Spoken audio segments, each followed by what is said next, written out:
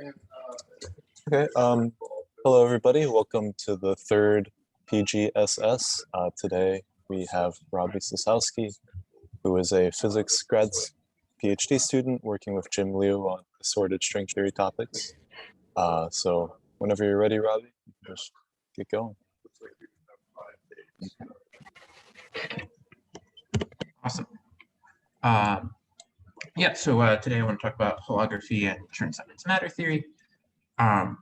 So, I mean, kind of the motivation for what we want to talk about today is basically that one could dress this up in some very fancy language and say, oh, gravity is the missing piece of the quantum puzzle. And what I mean by that is essentially that there are four fundamental forces. There's electromagnetism, there's a strong force, there's a weak force, and there's gravity. And the former three of those are pretty well understood in the sense that we have a very nice quantum description. And our friends at CERN can tell us that this standard model of ours can give us really precise predictions of the quantum behavior of these forces. On the other hand, gravity, we don't really understand well on the quantum level. Now, of course, we have Einstein's theory of general relativity, which works beautifully at the classical level. But when you go and you try and quantize this and get a quantum theory out, you end up getting a bunch of infinities, and everything gets all messed up. And of course, you can, say, I'm going to admit my ignorance and impose some cutoffs and say my theory is not valid about certain energies. This works to use gravity as some sort of effective theory, but ultimately we don't understand gravity at the quantum level as well as we want to. And so kind of a key tool for studying gravity is this gauge gravity duality, which basically at its core is just telling you that some gravitational theory is dual to non-gravitational theory in one dimension lower. This non-gravitational theory is usually some sort of gauge theory. And typically this dual theory lives on the boundary of the gravitational theory, and so this is often referred to as holography, hence the name of the talk. Now, we don't really understand Einsteinian gravity, and so typically what we do is we study the gravity theory being string theory or M theory, because we do actually somewhat understand these. And so the prototypical example, and the one that I in particular focus on, is the ADS-CFT correspondence, which I'll get into the details a bit more later, but just some of the applications of the ADS-CFT correspondence, for those of you who are a bit more application or experimentally focused, are things like black hole microstates. It's actually a very cute argument. Basically, if a black hole had no entropy, you could throw stuff into a black hole, and now suddenly the entropy of the universe decreases. So black holes have to have entropy, but StatMech tells you that entropy comes from some sort of state counting, right? It's k log omega, and so now you have to ask, well, what's my microstates? And it's currently an ongoing thing to investigate, with ADS-CFT, what exactly are these, black hole microstates, and to count them. So that's a fun thing. That's personally my favorite of these applications. But there's other things, like you can apply it to holographic QCD, which is basically saying, well, okay, we don't understand QCD, it's strong coupling, but there are situations like, for example, quark-gluon plasma, where we would like to understand QCD at strong coupling. And so you can basically create some gravity setup that's dual. You can't make it dual to actual QCD because typically these setups are kind of supersymmetric, but as long as you find some sufficient universality, you can try and apply the result to the real world, and then you experimentally test it. In fact, I think there was a recent paper that connected the viscosity and jet quenching parameter to butterfly velocity, which this is a lot of terms that I'm throwing around, but the important point is just that it is basically saying that it made an experimentally testable prediction about quark-gluon plasma.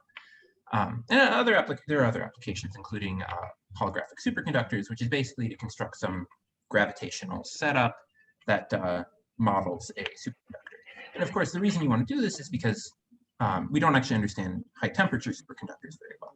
Obviously, there's BCS theory, and so we understand regular superconductors easily. But these high temperature superconductors are a bit more subtle, and so one way to study these is with holographic superconductors. So these are just a few of the applications. There are other applications, but this is just to motivate why you should bother caring about ADS-CFT, or more generally gauge gravity duality, which is broader than ADS-CFT, but I will focus on ADS-CFT in this talk. Now, as I may have slightly mentioned earlier, these setups tend to require supersymmetry. So I just want to start with a kind of a brief overview of what supersymmetry says. So the motivation for introducing supersymmetry is this big theorem of Coleman and Mandula, which says, basically, if I have the theory, the symmetries have to take the form of space-time symmetries, direct product with internal symmetries. And so these space-time symmetries look something like boosts, rotations, translations, my usual Poincare group. And the internal symmetries are, like my gauge symmetries, my U1 electromagnetism, my SU3 color charge, all that good stuff. And the direct product is telling me that these don't talk to each other. I can give them different indices. If I do some sort of space-time transformation, like a translation, it doesn't change, say, the color indices at all. And if I, say, do some sort of gauge transformation with electromagnetism, it doesn't change where I am in space at all. And basically, the statement is if I try and do anything other than this, then the theory becomes trivial. Specifically, the assumption is if I try and add any other symmetries implemented with commutators. Now, if you remember from quantum mechanics, commutators tell you that you're dealing with bosons, right? And so you can say, well, what if maybe I have some associated charges that carry half-integer spin, right? And those would have anti-commutators. And now those are exempt from this Coleman-Mandula theorem. And so basically the idea of supersymmetry is to say, oh, okay, well, let me introduce some spinorial charges that are conserved. And maybe I have n of these spinorial charges. These in general will be complex because they're spinors. And so you have some conjugate. And you can go and you can write down well, this is not necessarily the most general relationship, but it's fairly general. And here you basically have to have p mu being the energy momentum 4 vector. And this has to be contracted with something with 2 spinor indices. And that will be in 4 dimensions, polysigma matrices. But you get something similar in other dimensions. Now, the important point here is just that supersymmetry tells you bosons and fermions are partnered up, right? It tells you if you have some bosonic state and you apply a supercharge, you get a fermionic state because it carries half-integer spin. If you have a fermionic state, you get a bosonic state. I mean, if you actually carefully work out this relationship, what it tells you is that all of these states that are related by supercharges are going to have the same mass. And so you have a partnering up of bosons and fermions. For those of you who are a bit more mathematically minded, this corresponds to enlarging the Poincare algebra to the super Poincare algebra. But this is a technical detail that's not necessarily so important to our discussion. Okay, so like I said, we typically deal with string theory or M theory. So just a lightning introduction to string theory is basically when you deal with a regular old quantum field theory, you're dealing with a zero-dimensional particle, at least at the classical level. And what I mean by that is, if you take an electron, it doesn't have any mass, it doesn't have it has mass. It doesn't have any volume, it doesn't have any length, it doesn't have any dimension to it. It's just a point particle. And of course, when you include quantum effects, now you get like these teeming clouds, electron, positron pairs. But at the purely classical level, it's just a point. And this traces out some trajectory through space-time, and we usually refer to that as the world line. Now, the idea of string theory is basically just to upgrade this by a dimension, right? You say instead of a zero-dimensional particle, I want to talk about a one-dimensional string, I'm going to call it. And now, instead of tracing out a world line, it traces out some two-dimensional surface called a world sheet. And now I can parameterize this with 2 different parameters, tau, which I can think of just as the time that the string experiences, and sigma being, my position around the string. But now the fun thing is, without actually moving the center of mass of the string, I can entertain, purely at the classical level, I can entertain standing wave modes on the string, right? And so it turns out, if you go through the motions, these vibrational modes on the string end up giving you things like mass, spin, etc., various different properties of the string. And so you get, from a single string, an entire spectrum of particles. Now, of course, I haven't told you what happens with the endpoints of these strings, right? I mean, I can have two different things, right? I can have open strings where I have two endpoints flying around, doing their own thing. And I can have closed strings where the endpoints are identified as the same thing, and you just go in a big circle. Okay, so it turns out these open strings are actually very important because they lead to the notion of a D-brain. So essentially, you can think of a string as some sort of embedding, right? That basically tells you, okay, I have this world sheet, and this has, it's parameterized by tau and sigma, but I want to say how it actually is in space-time. And so you can think of it as embedding that says, okay, here's my two-dimensional world sheet. How do I put this inside of space-time? And then you take this embedding and you say, okay, well, I'm going to work out the equations of motion. And it turns out that with these open strings, you have to have boundary conditions, obviously. And the two boundary conditions you're allowed to have are Dirichlet boundary conditions and Neumann boundary conditions. And of course, Neumann boundary conditions make perfect sense. There's some sort of like a constant velocity condition, just that the sigma derivative at the endpoint has to be 0, which is perfectly fine, makes perfect sense. Whereas these Dirichlet boundary conditions are kind of weird, right? It says that you're fixing at least one of the coordinates. And so for a long time, people thought that this was completely nonsensical. But what it means, right, is you have to fix it to live on some hypersurface where you can move in the Neumann directions, and you can't move in the Dirichlet directions. And so the number of Neumann directions determine the dimension of this hypersurface. And the big realization in the 90s by Joel Paczynski was that these hypersurfaces themselves are, in fact, dynamical objects of the theory, known as D-branes. And so the string endpoints landing on some arbitrary hypersurface sounds really dumb. But the string endpoints landing on some dynamical object of the theory is actually a completely sensible thing. And so now these Dirichlet boundary conditions make perfect sense. And of course, the D in Dirichlet is where the name D-brane comes from. Okay, so these D-branes are basically what gives us ADS-CFT. So what you do is you basically stack up a bunch of D-branes, and then you look at it in two different perspectives. One perspective is this open string perspective, where the endpoints of the string are landing on these branes. And of course, this was originally how we got the branes.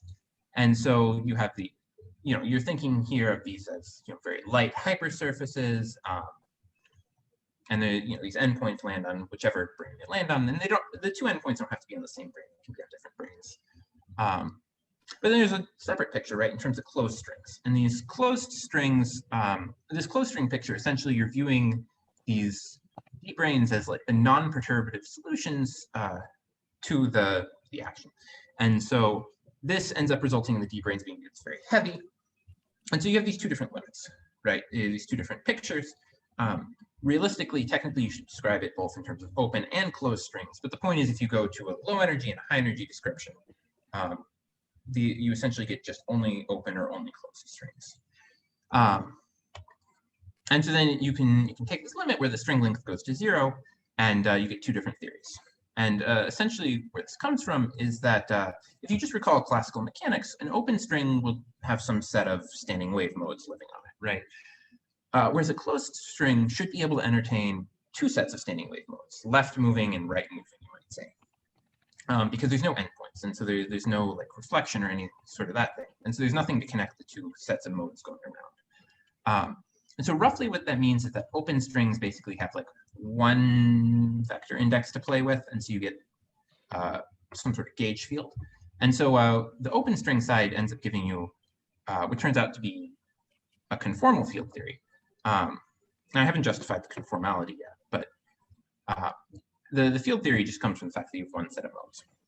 And in the closed strings, of course, you have left moving and right moving modes. So you have two indices to play with, and so you expect to get something like a graviton. And in fact, what you get is you get supergravity in this weird space called ADS, which I'll explain in a second. You can do a similar procedure in M theory. There are objects called M branes that are very similar to D branes. And you can take a stack of M branes, you can look at it in two different limits, and you also get a correspondence. In fact, there's a lot of details I left out here because this is a very generic procedure. You can take various different types of branes and get different correspondences. Okay, so What actually is ADS? Well, ADS stands for anti-de Sitter space, and it's basically a space, or rather I should say space-time, with a negative cosmological constant. Alternatively, you can think of it as a space-time with a constant negative curvature. And what this ends up meaning is that if I were to try and look at the space and consider it by taking, like, say, a constant time slice and asking, well, what does the geometry look like? It turns out it looks like a hyperbolic disk. So if you're, over here sitting in this constant time slice, as you go towards the boundary, you, as a massive observer, distances would start getting longer and longer and longer. And even though in this picture it looks like it's a finite distance away, you would never actually reach the boundary. That's kind of what this figure that I blatantly stole from Wikipedia is trying to show that with these tessellations here, where these little triangle thingies keep getting smaller and smaller and smaller as you get towards the boundary. Now, the weird thing about ADS is actually that if you were to send something massless, like say a light ray towards the boundary, it would in fact actually reach the boundary in a finite amount of time. So a mathematician would tell you that this space is geodesically incomplete, but that won't really be so important for our discussion. The important point is just that it's a space with a constant negative curvature. And the thing is that this space has some isometries, and those isometries end up precisely being precisely leading to conformal invariance of the dual theory. And what this means is basically that it's just an invariance under angle preserving maps. In other words, I can mess with distances all I want, as long as all the angles remain the same. So you can kind of see that illustrated in this picture here, where you mess up all the distances and everything gets all weird. But if you look, all these are right angles, and they continue to be right angles, and that's essentially what a conformal transformation is. And so, if you're not so familiar with conformal symmetry, which I imagine a lot of you aren't, you can basically just think of it as scale invariance. And I should be careful here, because technically it's not just scale invariance. There's also a class of transformations called special conformal transformations. But as far as I'm aware, nobody knows of any theories that are scale invariant but not conformally invariant. So for the purposes of this talk, you can just think of conformal invariance as scale invariance. Now, the thing is that the ADS-CFT correspondence, the way we derived it, we looked at a stack of branes in two different limits, right? And so what this means is that one side of the correspondence is going to be strongly coupled, and one side is going to be weakly coupled. In other words, whatever coupling parameter tells us the strength of interactions, one will be strong, one will be weak. And in general, string theory is not understood very well, non-perturbatively. We really only understand it, in fact, actually, it's really just formulated as a perturbative theory. And so we typically take the gravitational theory to be nice and perturbative. And so that tells us that the CFT side of this correspondence is going to be strongly coupled. And this is, in general, pretty hard to deal with. However, when we have supersymmetry, there are certain techniques we can use. In order to introduce those techniques, I need to review the path integral. So hopefully you've seen the path integral in quantum mechanics, but if not, let me just remind you that basically it tells you if you have some state at position x1 in time t1, and you want to calculate the probability amplitude of this going to position x2 at time t2, the path integral formalism basically says, oh, just integrate overall paths starting at x1 in time t1 and ending at x2 in time t2, weighted by a phase factor, right? Where the space factor is e to the I times the action divided by h bar. And the intuition for this basically comes from the double slit experiment, right? You say, well, if I send some particle at a double slit, then it has to take both paths, right? And so you say, well, okay, maybe I take my double slit and I upgrade it to a triple slit or quadruple slit or an infinity slit. And then I stack a bunch of these all throughout space. And so now the particle has to take every single imaginable path. And then you go and you revise your double slit calculation where you calculated the phase difference between the two paths. And you go and you find this limit of like all of these infinite slits. And you find the phase factor, and it's precisely this e to the I times the action divided by h bar. And so this is where this comes from. However, of course, we're interested in quantum field theories, right? And so we want to describe things in terms of fields, which are functions of all spacetime. And here, particles are like excitations, this quantum field. But the point here is that quantum mechanics, you can kind of think of as one-dimensional quantum field theory. And in this formalism, you can basically say, okay, well, maybe it's still correct if I just replace my position as a function of time, where time is my, the entirety of my space-time, position is my field. We're just going to replace this with my quantum field as a function of, my space-time coordinates. And this works actually well enough. It's sufficient. However, this isn't really an interesting quantity to compute in a quantum field theory. Typically, what you do is you axe off these boundary conditions, and you just say, I'm going to integrate over every path in field space, where here phi is just generically referring to all the fields of my theory. And I might have multiple fields, right? I might have some scalar field, I might have some vector fields from like electromagnetic or whatever. But the point is you integrate over all paths in field space of this e to the I action factor. Or equivalently, what you can do is you can look at the free energy minus log of this d. And this is usually referred to as a partition function because it behaves very similar to the partition function in statistical mechanics. But I won't really get into that. This is also actually well defined at zero temperature. Right, so typically in high energy theory, what we end up doing is we Euclideanize or do a so-called Wick rotation, where we take time to be imaginary. And what this does is basically your action has some time integral in it. And so you get some minus I factor pulling out and multiplying this I that was sitting in front of the action. And then quadratic time derivatives end up getting a minus sign from the I squared. And so you get an overall minus sign, and then it roughly looks like some integral of the Hamiltonian. Basically, you switch out the Lagrangian for the Hamiltonian. And so this is the formalism that's usually helpful, partially just because now if you go to infinity in field space, you're like, it looks like a decaying exponential rather than something highly oscillatory. Okay, so the path integral is a key tool, and the reason is because of this thing called localization. So what you do is you say, okay, well, I have supersymmetry, right?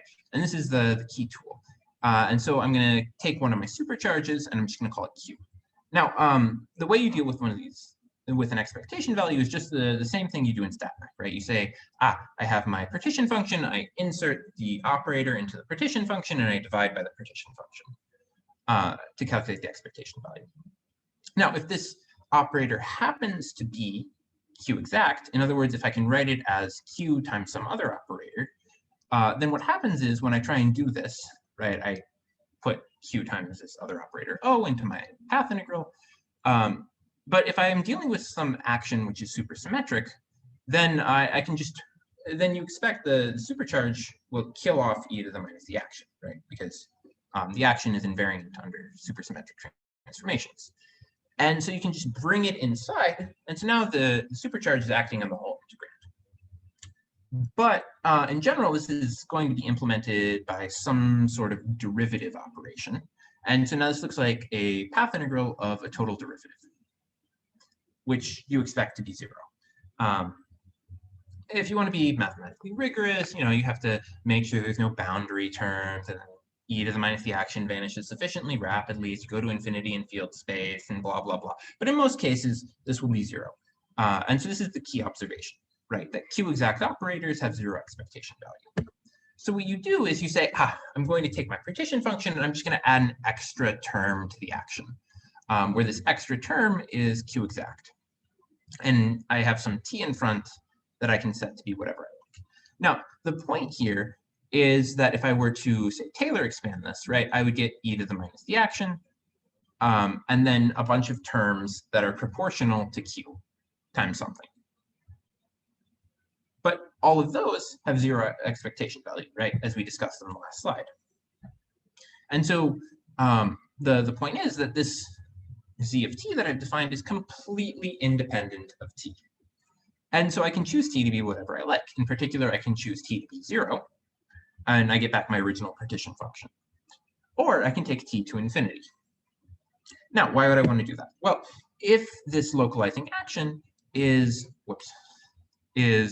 positive definite, in other words, if it's always greater than or equal to 0, then if it's greater than 0 and I send t to infinity, whole thing vanishes. If it's 0, then I just get e to the minus the action, right? And so the point is you choose some positive semi-definite localizing action, and then only the zeros are contributing.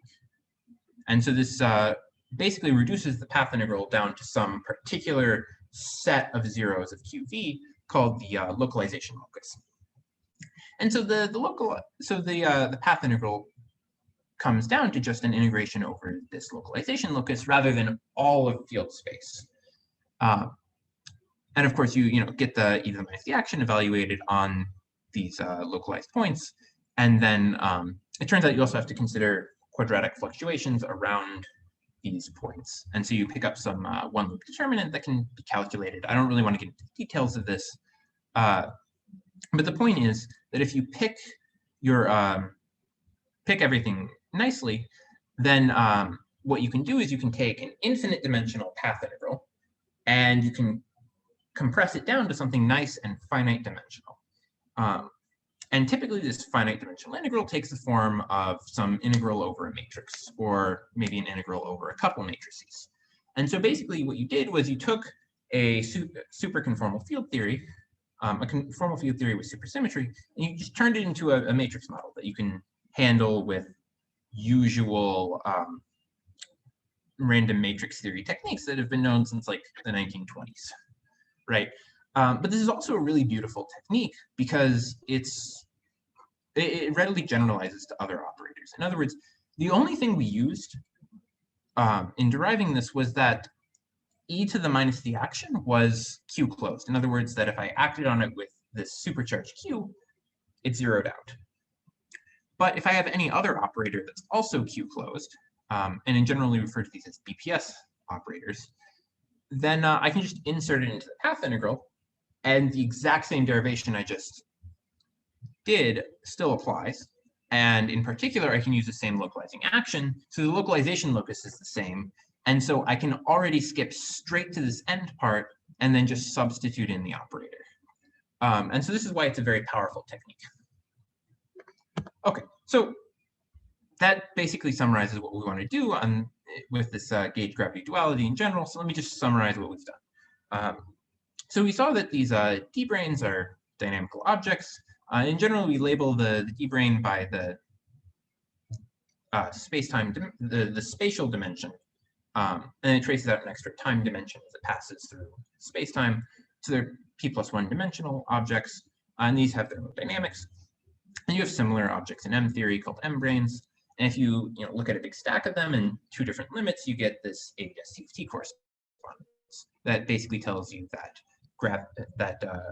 gravitational theory living in ABS space is dual to a CFT theory in one dimension lower living on the boundary.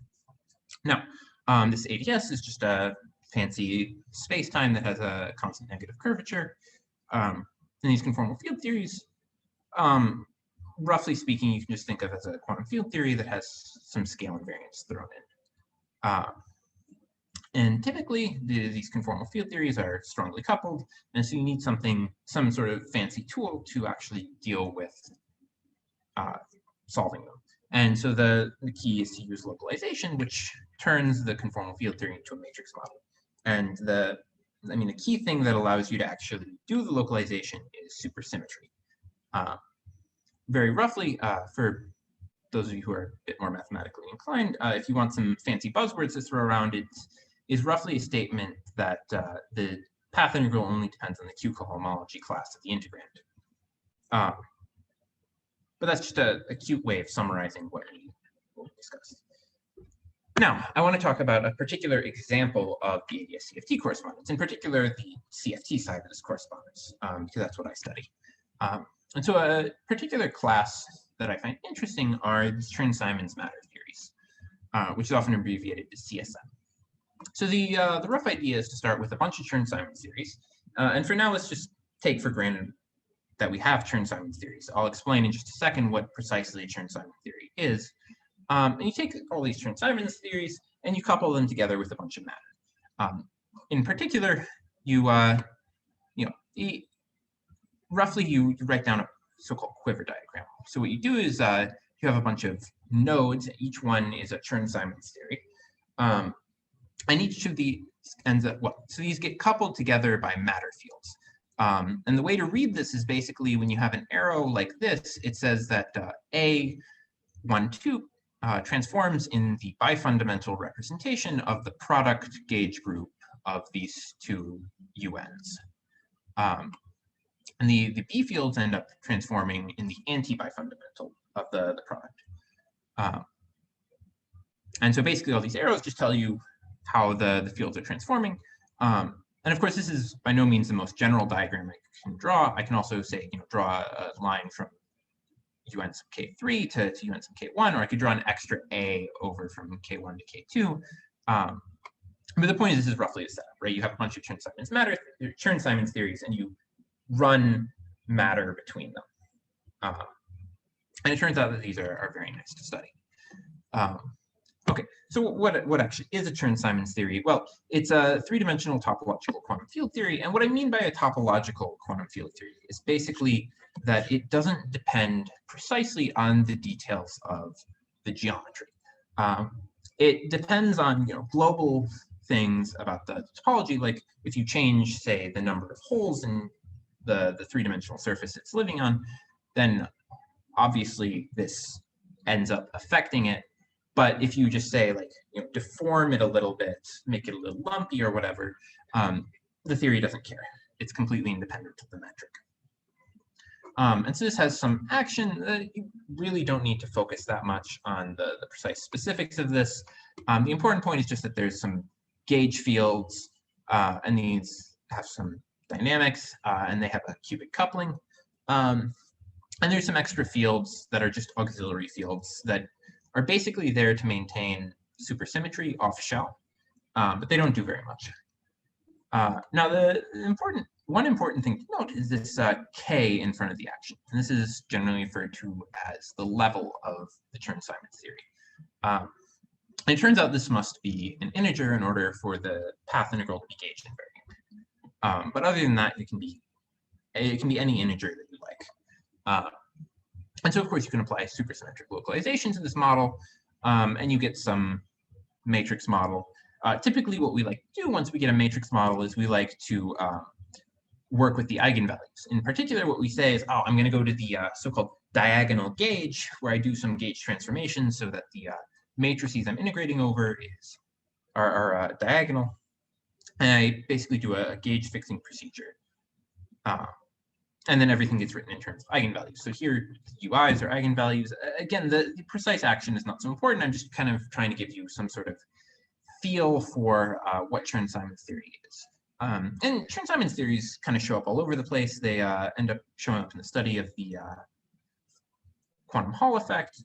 They also, it turns out that Wilson loops in Chern-Simons theories end up giving you things like not polynomials, like the Jones polynomial and the Humfly polynomial. But the point is that these are nice theories. But we want to throw in some matter too. So roughly the simplest Chern-Simons-matter theory is ABJM theory, which you basically get by saying I have two Chern-Simons theories at exactly opposite levels. And I have two bifundamental multiplets and two anti-bifundamental multiplets. Now, it turns out that this setup actually has a lot of supersymmetry, specifically n = 6 supersymmetry, which, if you recall, that means you have 6 supercharges. Turns out if k is 1 or 2, this actually goes up to n = 8 supersymmetry. So it's a lot of supersymmetry. And this is a very nice theory. It ends up being dual to, well, it has both an M theory description and string theory description on ADS4, and you can kind of ignore this extra stuff. It's basically the point is that M theory has to live in 11 dimensions, string theory has to live in 10 dimensions, and so if you want to have a theory on ADS4, you have to compactify the other 6, 7 dimensions on some sort of manifold. And here the manifolds are S7, modeled out by a cyclic group or complex projective space. Yeah, if you're curious about this, please feel free to ask me about it later. But I don't want to get too technical about the details of this compactification. The important point about ABJM is it's very well understood. In fact, actually, there are some results from about a decade ago that basically resum the entire free energy except for non-perturbative corrections. And it turns out to be some sort of a nice airy function expression. So this is a very well-studied theory. And so in my own research, I've studied something that's a bit of a generalization, which is Gaiotto-Tomasiello theory, which basically is a deformation of ABJM where you say, well, the ranks of my gauge group now I'm going to let be arbitrary, and I'm going to let the levels now also be arbitrary. And so what ends up happening is, for one thing, now you don't have as much symmetry, and in fact, the supersymmetry gets cut in half. It's still enough supersymmetry to do localization, fortunately, but you lose a lot of supersymmetry. But the other thing is that you no longer have an M theory description, and the string theory description becomes a massive description. So very roughly what that means is that you turn on a zero-form flux sourced by the D8 brane. That is maybe a slightly unintuitive thing to say, but an easier thing to think about is basically that the low energy description is some supergravity theory, right? And so what happens in the low energy theory is there's some antisymmetric rank 2 tensor field called the Call-Brayman field, and this ends up acquiring some mass precisely equal to this zero-form flux by eating one of the gauge fields in a sort of Higgs-type mechanism. And this is why it's referred to as massive string theory, or in the supergravity description, massive supergravity. This is much less understood than regular old string theory, but it's also very interesting. And of course, this theory, as you can see, if you choose the ranks to be the same and the levels to be opposite, you get back ABJM theory. So this is a direct generalization of ABJM. And so this is what I'm interested in studying. And so a common technique for studying this kind of theory is the so-called saddle point analysis approach, where basically you say, well, okay, so my path integral after I localize it turns into some integral over the eigenvalues of my matrix of some, e to the minus some effective action that's a function of my eigenvalues. And via the saddle point approximation, I can approximate this as basically e to the minus the effective action, where the effective action just solves the saddle point equations. In other words, basically it solves the equations of motion. So this is effectively the classical solution. And so then what you do is you say, okay, I'm going to go compute my saddle point equations. And generically what ends up happening is you get that the saddle point equations look something like some sum where the eigenvalues are not the same of some meromorphic function that's divergent at 0 as a function of the difference of eigenvalues. And this sum ends up being equal to like one of the eigenvalues. And this ends up giving you like n equations where you have n eigenvalues. So this is kind of sketchy, but the point is basically the generic form of what you get when you compute the saddle point equations.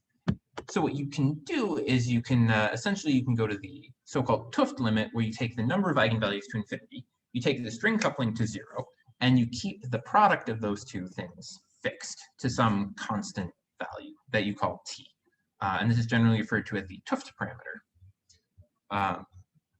And so what this does is basically it says my sums turn into integrals, and in particular a sum where I exclude one, like I can't be equal to j, is a principal value prescription, which basically tells me avoid the singularities in this integral. And when I go to this integral, of course, I end up now having to weight the measure by some function. And you can define this so-called eigenvalue density as being some sum of delta functions, right? Of course, if you take this expression here and you plug it in here, you get precisely this sum over here.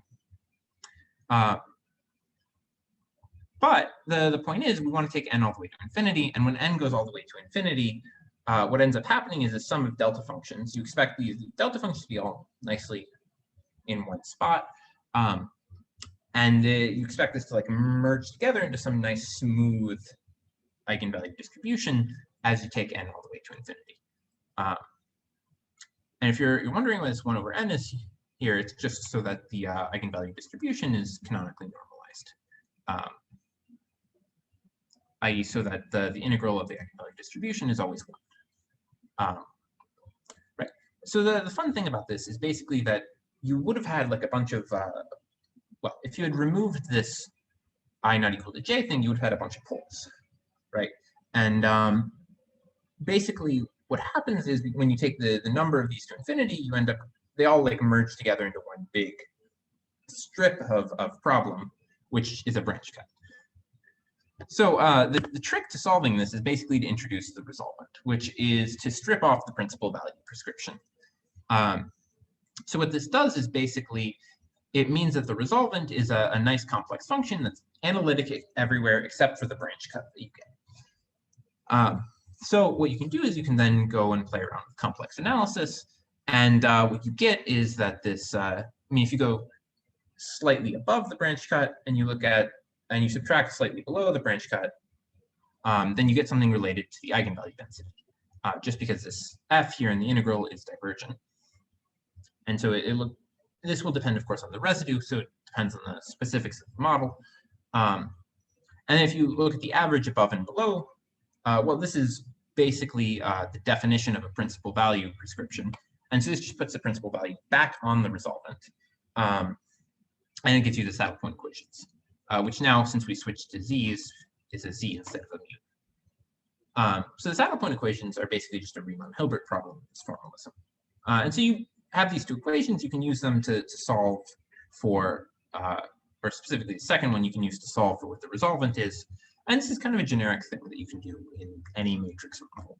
I mean, specifically, this tells you that it's a square root branch cut, and this is usually the case. Sometimes you get weird log branch cuts in theories, and those are a bit weird. But in most theories, at least most simple theories that one encounters, you have precisely this behavior, and so you can solve it with this technique. However, kind of a fun thing you can do is you can ask, well, how do I find the endpoints of this thing? And so typically what ends up happening is and in particular something that does happen in GT, is that you have a symmetry of the eigenvalue solution, or the eigenvalue distribution, such that, if you take the coordinate to minus itself, the whole thing is the same, right? And so that basically implies that the endpoints are plus or minus something. In other words, you reduce finding the endpoints to finding one endpoint. Now, if you recall, we had this statement that the discontinuity across the branch cut was related to the eigenvalue density. I'm just going to call the coefficient of this xi for now. And this xi will just be some number. And so what you can do is you can say, oh, I'm just going to integrate along this branch cut, right? And so when I integrate this omega slightly above the branch cut and omega minus omega slightly below the branch cut, this becomes a contour that goes slightly above the branch cut, dips down, and comes back slightly below the branch cut of the resolvent. And then if I move this 1/2 to the other side, I get 2 times xi times this integral of the eigenvalue density, but we know this is canonically normalized to 1. So you just get 2 times xi, right? And so the right-hand side here is a number. And the left-hand side just depends on the endpoint. That's it. And so one equation, one unknown, you can solve it for the endpoints. But things get even better, right? What you can do is there's this nice trick where you can say, I'm just going to see what happens if I add one eigenvalue. And I can look at how the free energy changes when I add one eigenvalue. Of course, the 't Hooft parameter will change by a unit of G string, because the 't Hooft parameter is G string times n changes by 1, because n is the number of eigenvalues. So delta t is G string, but we're working in the 't Hooft limit where G string goes to 0. So if I just take the naive delta f over delta t, this becomes a partial derivative. And so you can then go, and I'm not going to go through the details because it's a rather messy derivation. But what you end up getting is you get some nice generic relationship that tells you that the free energy derivative with respect to the 't Hooft parameter is related to a B-cycle contour integral of this resolvent, where the B-cycle is essentially, you can kind of think of it as a dual contour to the A cycle, where it starts at infinity on one Riemann sheet and goes through the branch cut and goes off to infinity on the other Riemann sheet. And I'll show a picture in just a sec to kind of clarify this. But the point is that what I've presented essentially works for a single branch cut. It turns out that basically you get one branch cut per matrix in your matrix model. Because if you have multiple matrices, you have multiple sets of eigenvalues. So GT has two matrices because it has two nodes in the quiver, or equivalent to Chern-Simons series. But you can easily extend this to multiple branch cuts. And in fact, some people even use a formalism in which they introduce one resolvent per branch cut. Okay, so time for pictures. So essentially, the point is, the case for GT theory is you have essentially two matrices that you're integrating over, so you have two branch cuts. And so roughly geometrically, what ends up happening is that you have two A cycles surrounding your two branch cuts. And these A cycles end up giving you your endpoints. But then you have these B cycles that come in from infinity on one Riemann sheet, pass through the branch cut, go off to infinity on the other Riemann sheet. And of course, you have two of these because there's these two different branch cuts. And these two B cycles will determine the two free energy derivatives. Okay, so basically what you can do is you can say, okay, so my two A cycles determine my endpoints, my two B cycles determine my two 't Hooft parameters. And the reason I have two 't Hooft parameters is just because I have two different ranks in GT, right? Because I generalized it by saying I have U of N1 and U of N2. And here I've replaced G string by this 2 pi I over K. And I define these kappas to be the two different levels divided by this auxiliary parameter K. Basically, the 't Hooft limit corresponds to taking K to infinity. But this is just a convenient way to parameterize the 't Hooft limit while only taking one parameter, which is this auxiliary parameter K. Now, it turns out it's actually kind of more convenient to work with these other parameters, capital delta being this average difference of the 't Hooft parameters, these T bars and these kappa bars being the average 't Hooft parameter kappa. But the point is, what ends up happening is that you get some parametric equations for T bar delta and the T bar derivative of the free energy that are parameterized in terms of the endpoints. Right, and so basically for this delta expression being 0, it's very easy to invert. You can also invert it for delta not equal to 0. It's just, it becomes more complex because not complex in the complex analysis sense, but just complicated. Because you have to then determine whether you're holding delta fixed or letting it vary. But for delta equals 0, it's very easy to do. And typically we expand this for large 't Hooft parameter, both the T bar being large, and what you end up getting is that the free energy ends up looking something like this. Now, the exact specifics here are not so important. Here, CL3 is what's called the Clausen function. It's just a special function. It doesn't have any particular meaning. And it turns out it's easier to parameterize things in terms of this x, which is like this difference of kappas divided by the sum of kappas. This comes up a lot when looking at the difference of endpoints. In fact, the difference in the two endpoints is completely parameterized by x. Or I should say completely a function of x. But the point is, you can get, of course, the leading order result, and then if you were to expand this, you also have subleading results at order T bar and T bar to the 2/3. If one works out these parametric equations more carefully, you could also get the T bar to the 1/3 stuff, but we have not. And of course, there's an integration constant that one really can't get rid of. But the important point about this is this zeta of 3. And kind of to understand what this means, one has to understand higher derivative corrections in supergravity. So essentially what we're doing is we're taking a 't Hooft limit, and it turns out that this corresponds to looking at tree-level string theory. In other words, we're just looking at classical string theory. And so then doing the expansion for large 't Hooft parameter corresponds to taking the string length to be small, or rather, expanding around small string length. And so obviously string length going all the way to 0, you expect to get some sort of field theory limit, right? Because now you no longer have strings, right? It becomes field theory. And then you're expanding, and so you get some sort of stringy correction. And it turns out that the field theory limit is, of course, supergravity.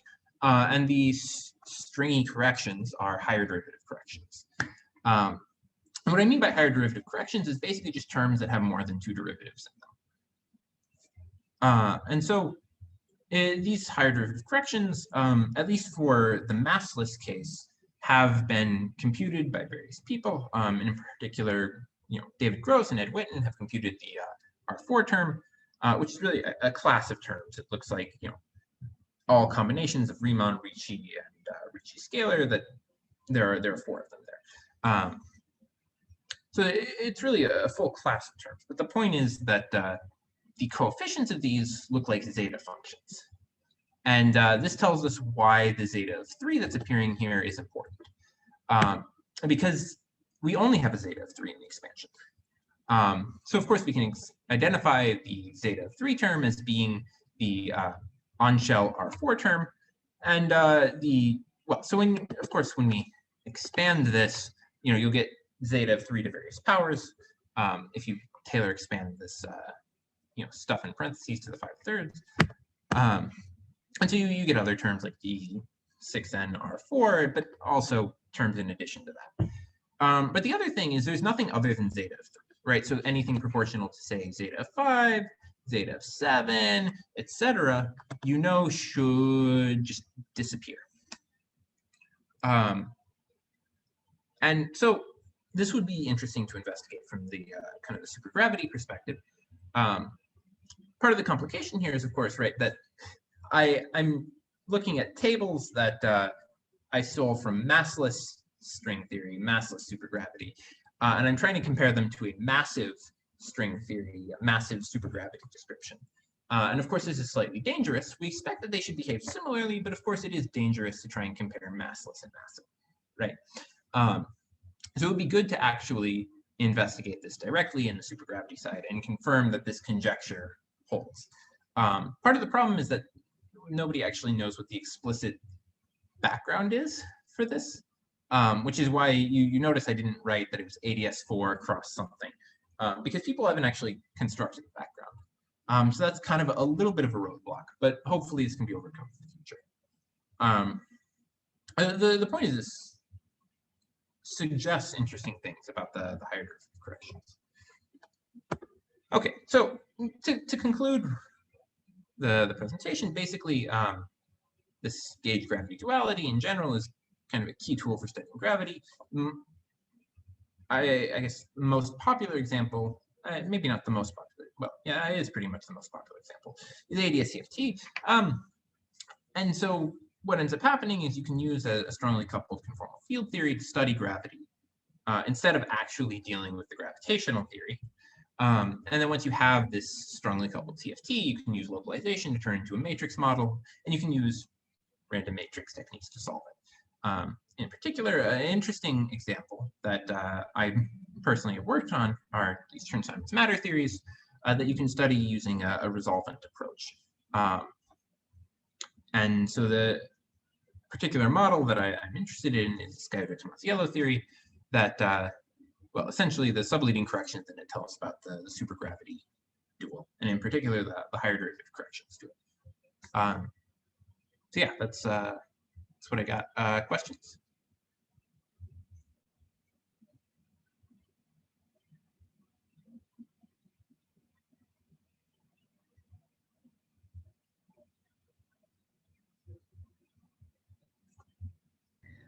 So earlier you said you were using a negatively curved space, and I was wondering what difference it'd make if you use a positively curved space, or does the sign not make that much of a difference?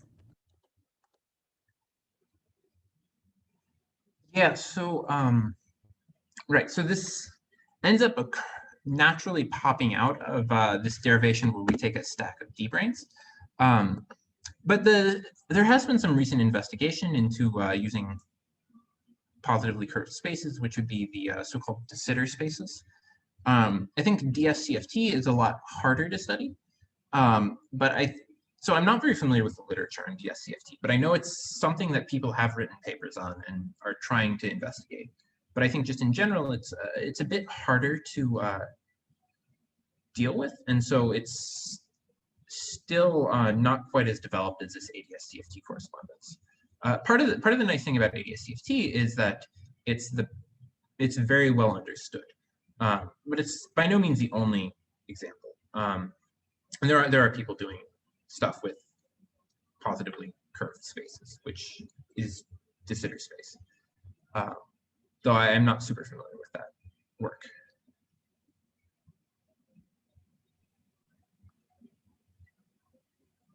I have a question. Yeah, what's up? At the beginning of way back at the beginning of the talk, you were talking about limiting your problem to Dirichlet-Neumann conditions. Was that a conceptual thing, like those are the only ones that apply, or was that more like to keep the math doable? Oh yeah, so these end up right. So these aren't the only like boundary conditions that exist in the world of partial differential equations, but it turns out if you go and you compute your equations of motion, which obviously I didn't want to subject you to, you get that like delta x mu times d sigma x mu has to be equal to 0, right? And so you either have to choose d sigma x mu equal to 0 or delta x mu equal to 0, meaning that x mu is a constant. Okay. So these are the only two things you're allowed to do. Thank you.